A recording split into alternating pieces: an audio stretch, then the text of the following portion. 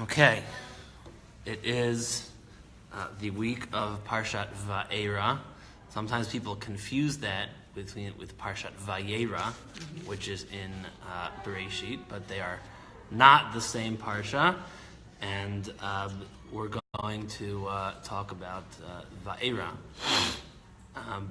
What got me thinking along these lines, believe it or not, Lahavdil, was the now famous, or instantly famous, remark of Natalie Portman during the Golden Globes. I don't know if you watched them or if you saw this. She was announcing the award for Best Director, and they read the list. They're about to read the list, and she says, "And now the all-male nominees are," and as you read the list, every director who's being nominated looks like he's completely ashamed for being a man because she made a point. Now the question. So what got me thinking about this is that the Torah, certainly in the story of the Exodus, makes it very clear that it's not an all-male list of nominees. The Torah actually goes out of its way, certainly to tell the story of Amram and Yocheved, of Moshe's parents, and who they are, how Moshe comes to be, and how the daughter of Paro and Moshe's sister are instrumental in saving his life. The Torah goes out of its way. It's actually almost a throwaway line in this week's Parsha in identifying the wife of Aaron. The Torah tells us, "Vayikach Aaron took et Elisheva bat Aminadav." Elisheva, the daughter of Aminadav, Achot Nachshon, the sister of Nachshon, lo leisha, as a wife. Vateled lo et Nadav v'et Avihu et Elazar v'Itamar. And she gives birth to 4 sons, Nadav, Avihu, Elazar, and Itamar. Nadav and Avihu are famous. Later on we learn about the tragic end that they meet. They were the 2 sons of Aaron who offered a foreign fire. They offered a sacrifice, whatever it was that their sin was. The Torah says they offered a fire that God had not commanded them, and they perished instantly on the day that the Mishkan was dedicated. The Torah stresses that Elisheva is the daughter of Aminadav, and she is the sister of Nachshon. So who is Nachshon? Nachshon ben Aminadav. Later on, we learn that he is the head, the president, as it were, of the tribe of Yehuda. Nasi, he's the Nasi, the prince of the tribe of Yehuda. And in the Medrash, the Talmud ascribes great acts of valor to Nachshon ben Aminadav, that he was the first person to take the plunge, to enter the waters, the roiling waters of the Red Sea, as the Jewish people are about to cross. So it seems to be very important who Aaron's wife is, and who her brother is, and who her father is. And the question is why? Why does the Torah go out of its way to identify it? By the way, another interesting piece here is that look at the names that she gives her children. She is the daughter of Aminadav, and she gives her first child the name Nadav. So she's naming her first child after her father in some way. Unclear whether he was alive at the time or not. And then the next child is Avihu. Avihu means he is my father. So that might be that Aaron is naming his child after his father as well. In fact, the Medrash talks about the process. It says that Aaron should have gotten the first name, had the right to the first name, and then Elisheva would have gotten the second. The modern naming, in many communities, the modern naming convention is that the naming rights go to the women first, always. And it seems to, in some communities, this is inviolable. In other words, first girl is to the women's family, first boy to the women's family. This is a subject of a much broader and different discussion. Now, this is not the first place that the Torah identifies a woman in relation to who her family is, who her brothers are. Ve'ele toldot Yitzchak ben Avraham. The Torah tells us about Yitzchak. Avraham holidet Yitzchak. And Yitzchak is, of course, the child of Avraham. Vayihi Yitzchak ben 40 shana, and Yitzchak is 40 years old. Bekachto es Rivka, when he takes Rivka, who is the daughter Bad Betuel Ha'arami, the daughter of Betuel Ha'arami, mi Padan Aram, from Padan Aram, Achos Lavan Ha'arami lo leisha, who is the sister of Lavan, the Aramean, as a wife. You remember the character of Lavan, I'm sure. Not the most sympathetic character that we find in the Torah.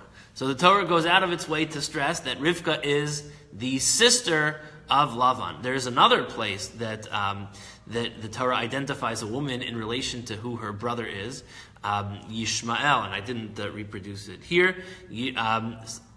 Takes on the what Esav takes as a wife the daughter of Yishmael, who is the sister of Nevayot, a man named Nevayot. That she is the sister of Nevayot. So why is it so important to know who she is, who this Elisheva is? It's important, but why is it so important to know who her brother is, or even who her father is?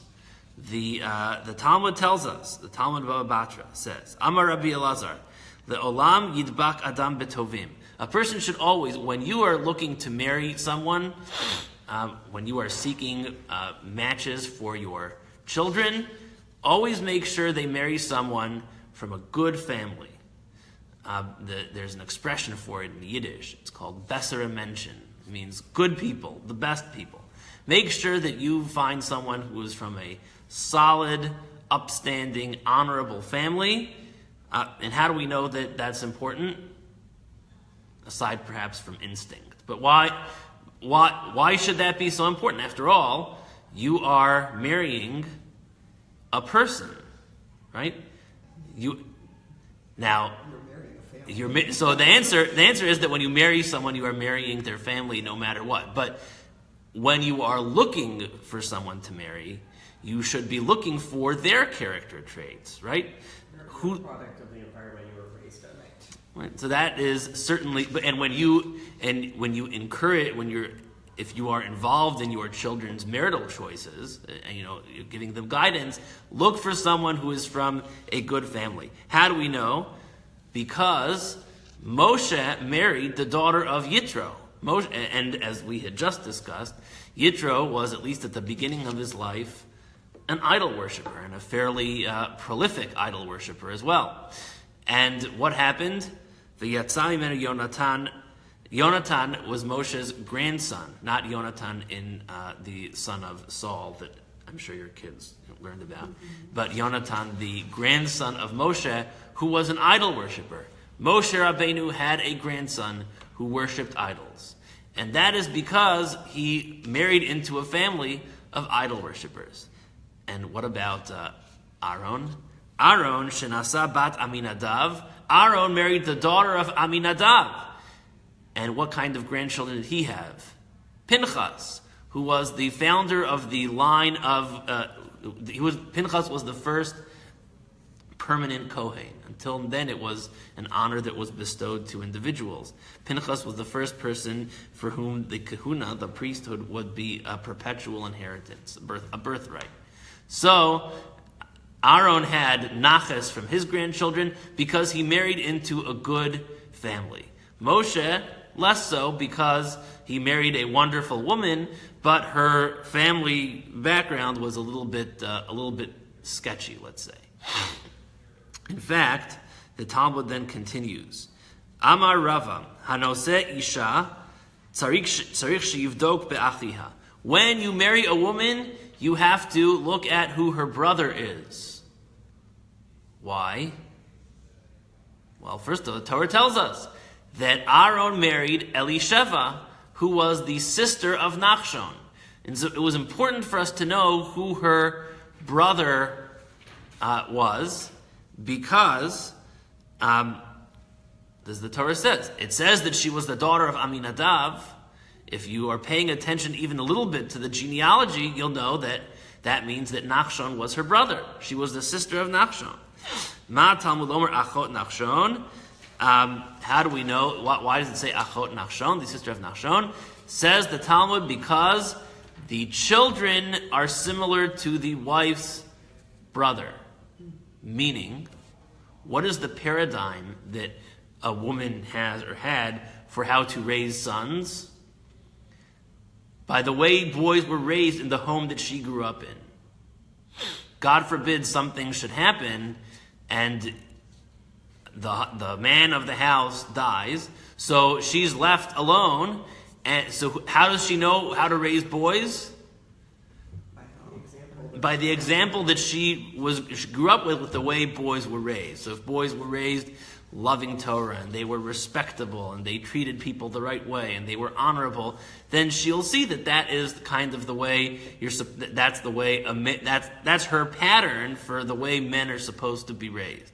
And if the men that she grew up with were disgusting human beings, and that's the way her parents raised her brothers, that's going to be the imprint on the way, as far as the way boys are supposed to be raised in her household.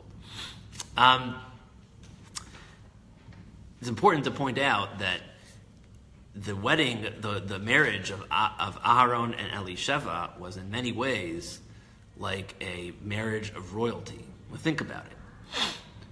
What is Nachshon ben Aminadav is from the tribe of Yehuda, which is the tribe of leadership and royalty.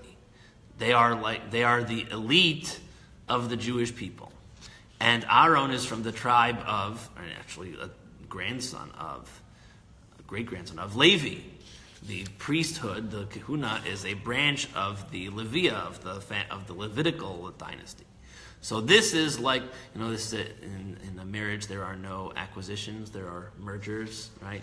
Certainly when it comes to the upper financial echelons, often you have two of these fabulously wealthy families that marry each other, right? We're talking about, these are mergers. You have oftentimes in rabbinic families, the great rabbinic families marry each other.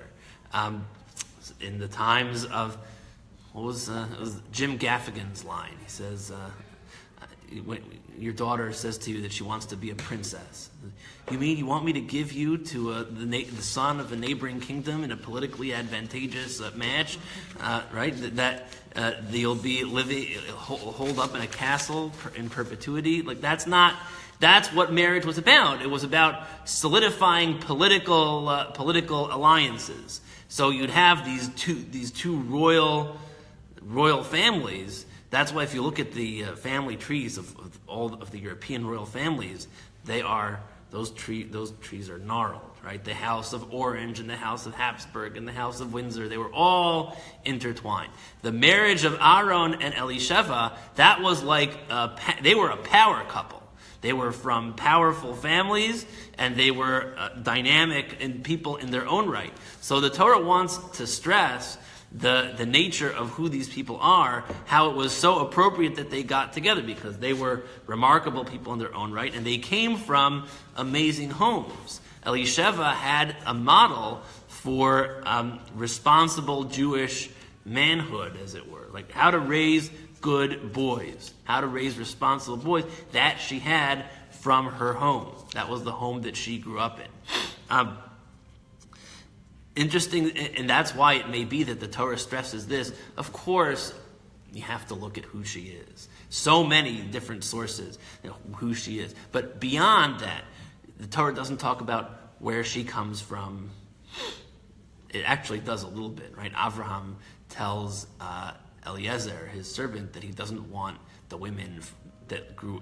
He didn't want him to look at the local talent to find a wife for Yitzchak. So it was important to him where she came from, but that was secondary because he didn't like the midos, the character traits of the women who lived there. That was the main point. So the Torah, less than where she comes from, aside from who she is, the Torah wants to know what's her family like, what are her brothers like, what is the model that she grew up with in terms of what it's supposed to be, what the family's supposed to be like.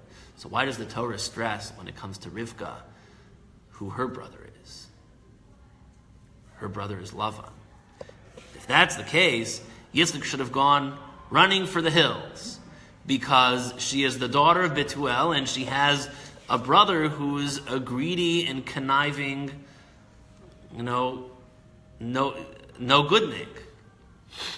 Why does the Torah stress that?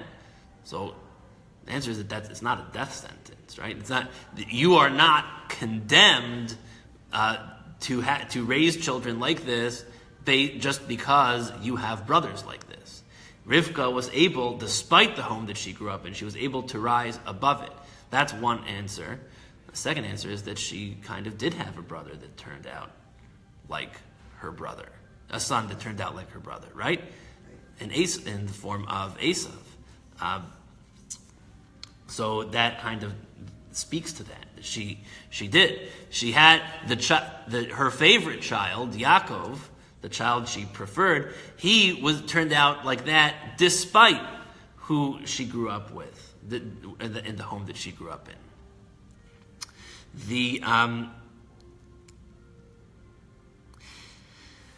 It's interesting. Rabbeinu Bachya offers a number of important points when it comes to this. That when Avraham's instructions, don't take a woman from amongst the daughters of Canaan. Don't take a wife from a nation which was cursed. When a woman, he says, when a woman is predestined for destruction, she is apt to drag her husband in the same general direction. I've said it many times. The tenor of a household, a Jewish household, the Jewish character of a household always follows the way the woman wants it to. It sounds apologetic, but this has been my experience time and time again, and any spiritual leader, I think, will tell you the same thing. If she isn't interested, it's not happening. It ain't happening. That's why he says he should skip down a couple of lines. He should not marry a woman because she is wealthy, as money is apt to develop wings and to fly off just like an eagle. The group, right? If you marry her for her wealth and then the economy tanks, then you've got her, but you don't have her money. The groom also should not marry a woman because she is a member of a powerful and influential family, and he hopes to become powerful and influential himself due to his wife's connections. That's why the Torah here stresses that Aaron married Elisheva. In other words, Aaron was a person in his own right. He was not marrying Elisheva for her connections. This was a merger, not an acquisition. If these are the groom's considerations in the choice of his wife, he will be punished and will likely fall on all three counts. The guiding considerations when choosing a wife have to be reverence for God, choosing a family which enjoys a good reputation, seeing that in the majority of cases the daughter's character is similar to that of her brothers. One may form some idea about a girl by observing the way her older brothers conduct themselves. So he has a different perspective. It's not based on the way she's going to raise your children. The way her parents raised her is similar to the way they raised her other children, her brothers. You're friendly with some. It happens a lot in yeshiva. Friends.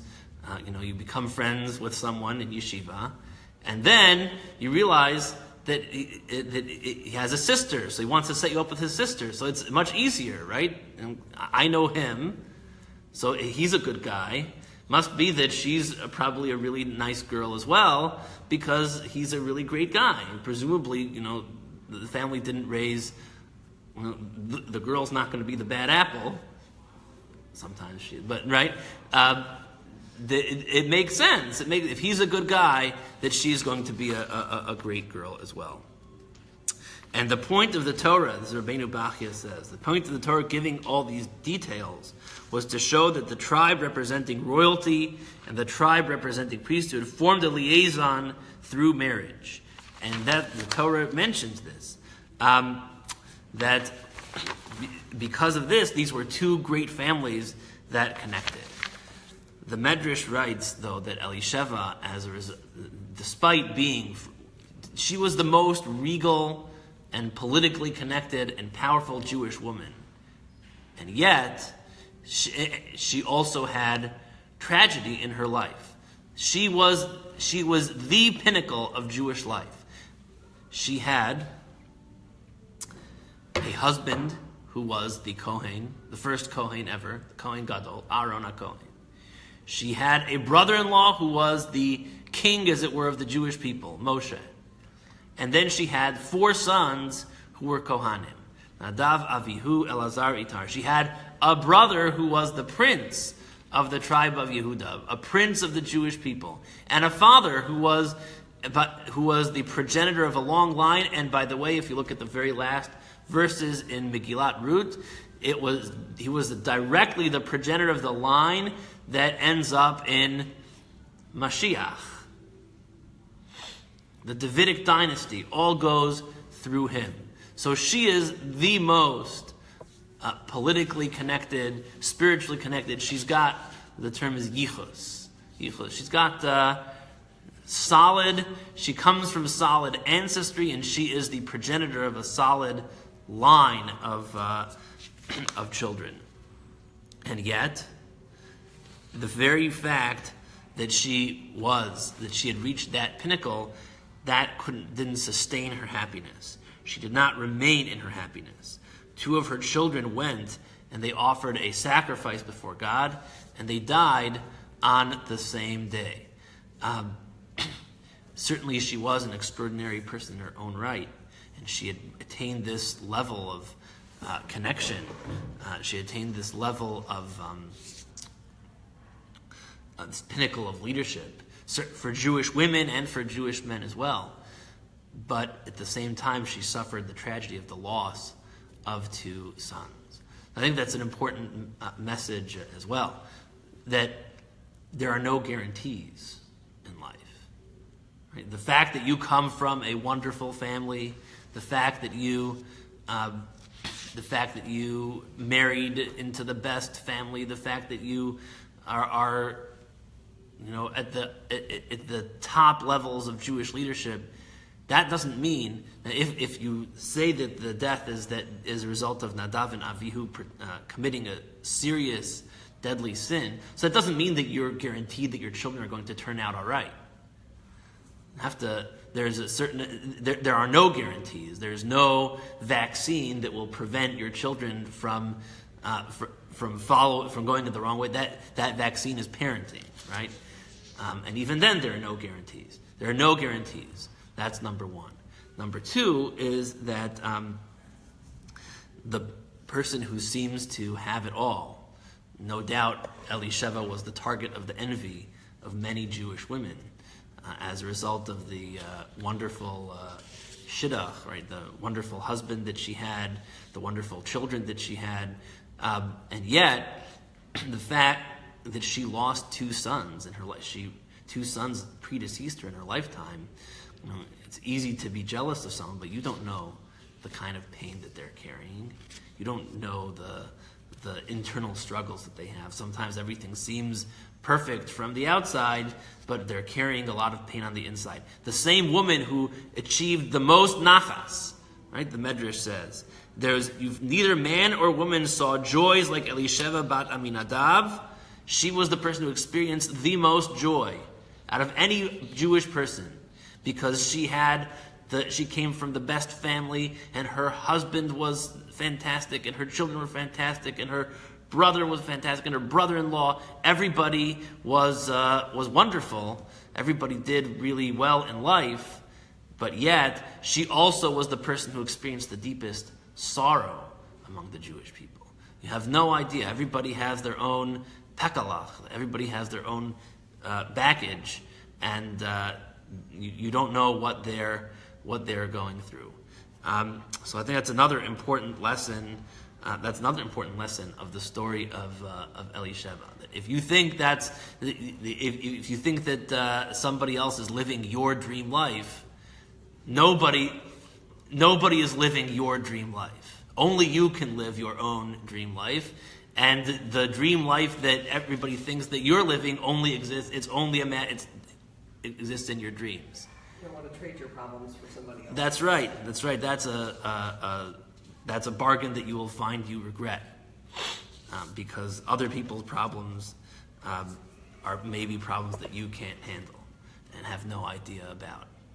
So this is another important lesson of Elisheva bat Aminadav.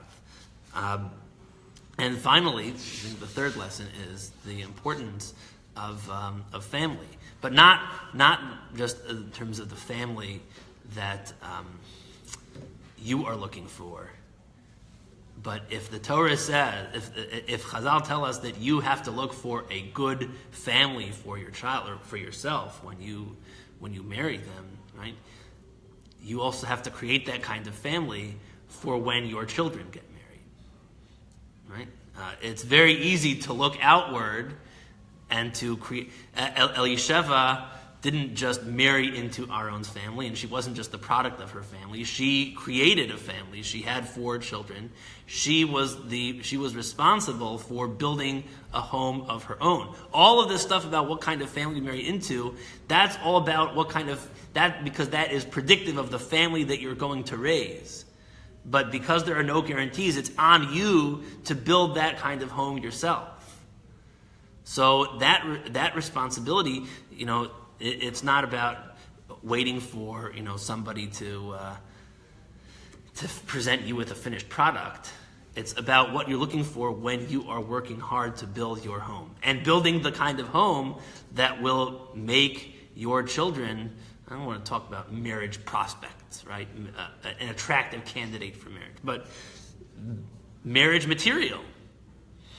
Right? There's a difference between looking at life only in the lens of shidduchim and marriage and what that's going to be like. But certainly it is about creating children who are marriageable, whatever that means, considerate, honorable, kind.